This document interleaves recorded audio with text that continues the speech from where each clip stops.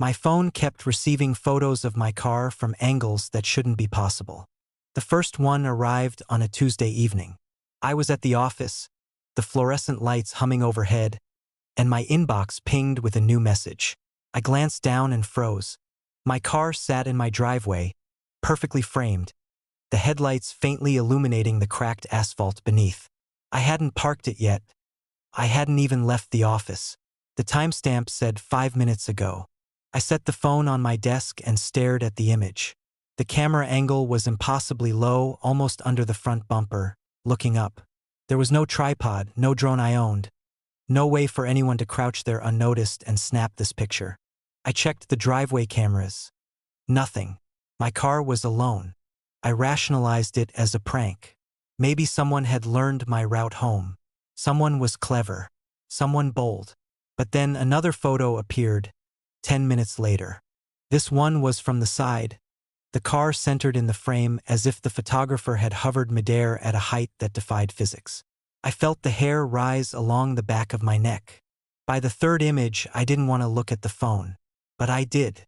The camera had positioned itself almost directly above the roof, angled toward the driver's seat. My door was slightly ajar, which I hadn't left it. The street was empty, the surrounding houses cloaked in shadow, and yet the angle implied someone or something had been there, in impossible positions, moving through space in ways that made no sense. I started walking home early. The drive was usually mundane, the streets familiar. But now, as I passed the intersections near the river, I felt wrong. I thought I saw movement in reflections, shifting darkness just outside the headlights. Shadows clung too tightly to corners and curbs, lingering in ways that made my chest tighten. When I pulled into my driveway, the next photo arrived. My stomach sank. This one was from behind the rearview mirror, capturing the empty interior of the car, the seats still warm from when I drove earlier. My hands shook as I opened the door. It smelled faintly of cold metal and something else, something acrid I couldn't identify. I checked under the car. Nothing. I tried to sleep. I left the phone in another room, but I woke at 3 a.m. to its glow. Another photo. This time, it was taken from the street, far enough away to include the shadows of trees stretching across the asphalt. The angle was wrong. Too high, too precise, as if a phantom observer had climbed a lamppost, positioned itself in midair, and captured every detail perfectly. I called the police. They were polite, tried to be reassuring, suggested cameras, online threats, maybe a neighbor with a grudge. But when I showed them the images, they paused. "These don't look like they were taken from anywhere normal," one officer said. "Did you leave your phone in the car?" "No," I said, voice tight. "I've been at home. I'm here." That night, I didn't sleep.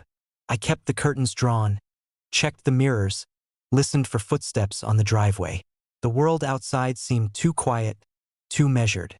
A low wind rattled the eaves, but nothing moved. Still, I felt it. Eyes everywhere, just beyond sight, tracking me, calculating. The next morning, I left for work with the doors locked, my keys in my pocket. A new photo appeared while I was at the bus stop. My car sat in the driveway, but this time the image came from directly above, almost vertical, as if a hovering I had looked straight down. The sun reflected off the hood, blinding and perfect, but I could make out a shadow beneath the car, long and formless, stretching impossibly across the pavement. I stopped going to the office.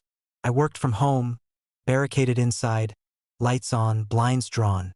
Every sound outside, a stray dog barking, a car engine starting in the distance, made my pulse spike. And still, the photos came.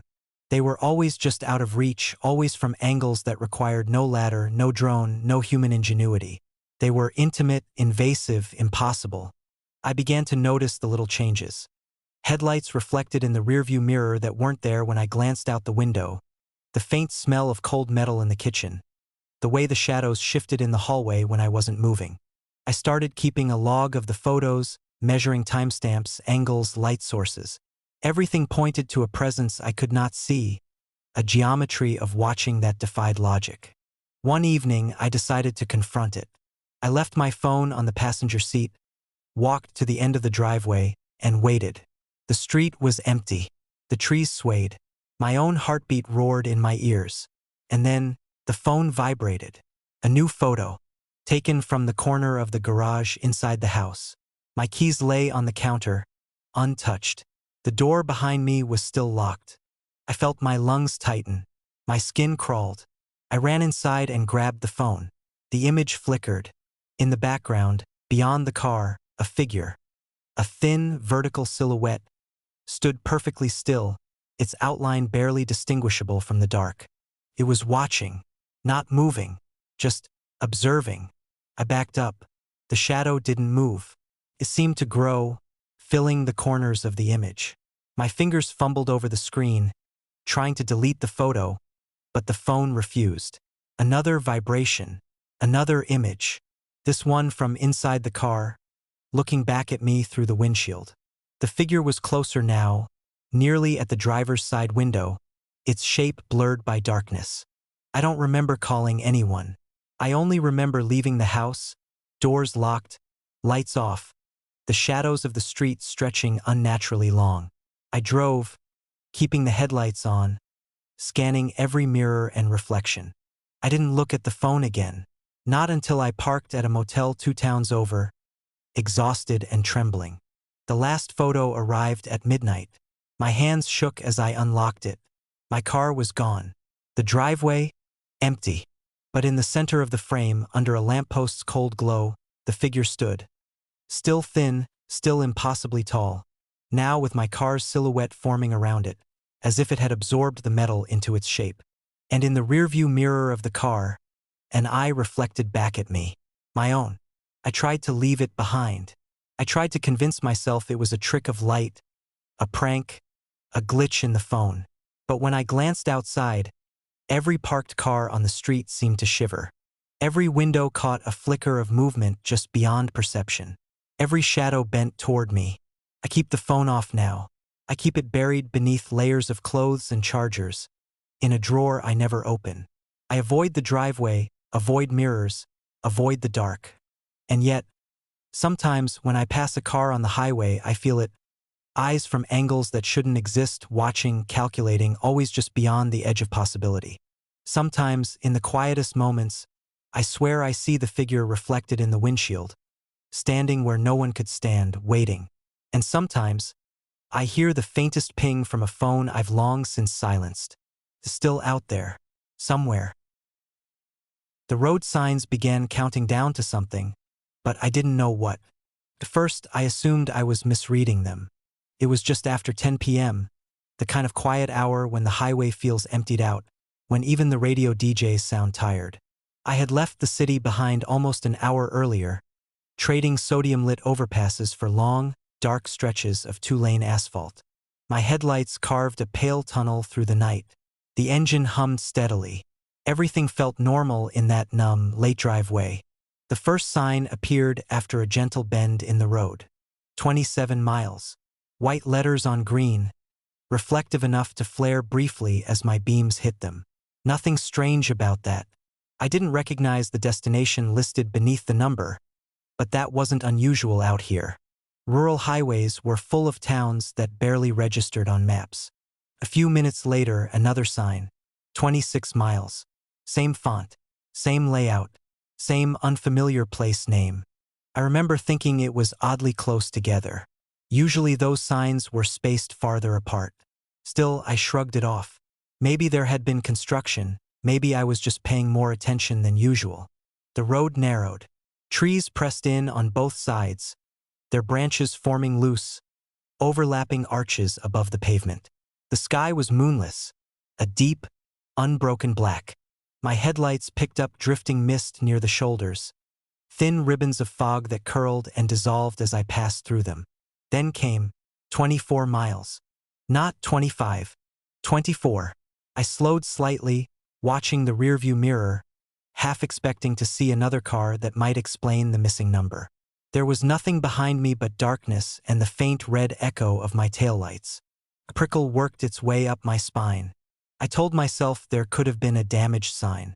Or maybe I'd missed one while adjusting the radio. I replayed the last few minutes in my head and couldn't remember doing anything but driving straight. The next sign appeared less than a mile later. 23 miles. I exhaled slowly through my nose. Okay, so it skipped one. That didn't mean anything. Except the spacing was wrong. The distances didn't match the countdown. The road was too short between markers, the turns too shallow. My odometer hadn't changed enough to justify it. I became aware of how quiet the world had gotten. No insects, no wind. Even the tires sounded muted, like the road was absorbing the noise. My phone buzzed on the passenger seat. A notification from a news app. I ignored it. I didn't want distractions. Another sign rose out of the darkness. 21 miles. My hands tightened on the steering wheel. 22, I said out loud, my voice small inside the car. You skipped 22. The sign didn't respond, obviously. But the moment the words left my mouth, the dashboard lights dimmed slightly, then returned to normal. Probably just a voltage fluctuation. Probably. I considered turning around, but the last intersection I'd passed was miles back, and the idea of retracing the same empty road felt worse than continuing forward. At least ahead there was the promise of something. A town, a gas station, another human being. The forest grew denser. The trees leaned closer, their trunks forming dark vertical bars beyond the reach of my headlights. Every reflective surface, road paint, mailbox posts, occasional guardrails, flashed briefly and vanished. 19 miles. I swallowed. Now the signs were coming faster. They appeared after curves at the bottoms of shallow hills, sometimes only a few hundred yards apart. The numbers kept dropping, but not in order. 17, then 16, then, inexplicably, 14. I began to feel watched. Not in a dramatic way. There was no sudden presence. No sense of something looming just beyond the light. It was subtler than that. It felt like the road itself had become attentive, like every stretch of asphalt and every shadow between the trees was quietly aware of me. I rolled down the window an inch. Cold air slipped inside, carrying the smell of damp leaves and distant soil. Somewhere far off, an animal called once, then fell silent. I tried grounding myself in small details. The gentle vibration through the steering column, the faint ticking sound from the cooling vents, the steady rhythm of my own breathing. 13 miles. The sign looked older than the others. Rust crept along its edges. The reflective coating was uneven, making the number shimmer as I passed. I realized then that the destination name had changed. It wasn't the unfamiliar town anymore. Now it simply read, ahead. My mouth went dry. I told myself it was just a maintenance sign, some placeholder, some temporary marker that hadn't been updated. But the next one said the same thing. 12 miles ahead. I started talking to myself without meaning to. This is stupid, I said. You're tired, that's all. You've been driving too long. The road answered by dipping sharply, plunging me into a shallow valley where the fog thickened into something almost solid. My headlights cut pale tunnels through it, illuminating swirling particles that looked like ash. When I emerged on the other side, there was another sign waiting. 10 miles. It had skipped 9. I felt it then. A shift, a subtle change in pressure, like the moment before your ears pop at altitude.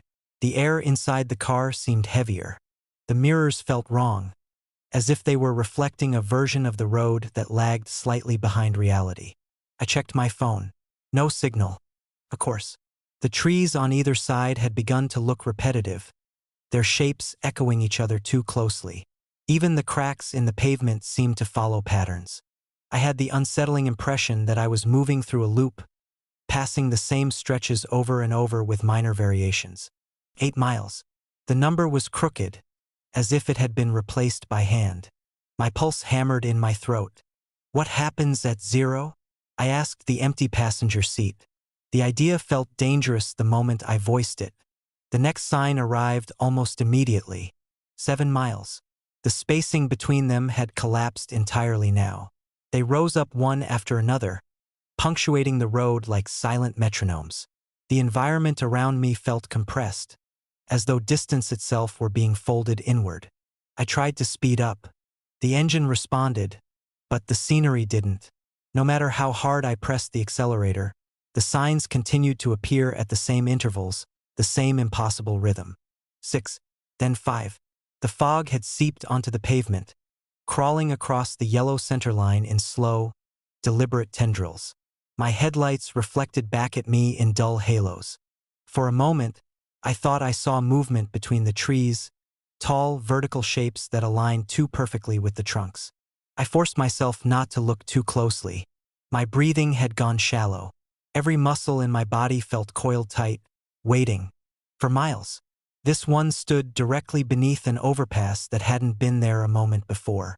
Concrete pillars rose on either side, stained with dark streaks that looked like water damage. As I passed under it, the sound inside the car changed, the world narrowing to a hollow roar that swallowed everything else. On the far side, the road was straight for the first time in miles. Perfectly straight. 3 miles. The sign was centered in the lane, forcing me to drift around it. As I did, I caught my reflection in its surface. My face pale, eyes too wide, mouth moving silently. I realized with a slow, creeping certainty that the signs weren't marking distance anymore. They were measuring me. Each number felt like a subtraction, not from the road, but from something internal. Time. Options. Space. 2 miles. I was shaking now. My hands left damp prints on the steering wheel. I considered stopping, just pulling over and sitting there until morning, but the shoulders had vanished, replaced by steep drop-offs into darkness. There was nowhere to go but forward. The final sign rose out of the fog like a held breath. 1 mile ahead. No zero followed. Instead, the road opened into a wide, empty stretch where the trees fell away and the darkness expanded. There were no buildings, no lights, just a vast, silent clearing and the faint outline of something at its center, too far away to resolve. My headlights didn't seem to reach it. I slowed to a crawl, heart pounding, waiting for the last sign that never came. The clearing swallowed sound. Even the engine seemed distant now. The shape ahead remained indistinct, refusing to sharpen no matter how long I stared. I'm still here, sitting in my car, watching that empty space where the countdown should have ended. The road behind me is gone, and sometimes when I shift in my seat, I see a new reflection in the windshield. Numbers, faint and pale, counting down inside the glass, as if the signs have finally decided to finish their work somewhere closer to home.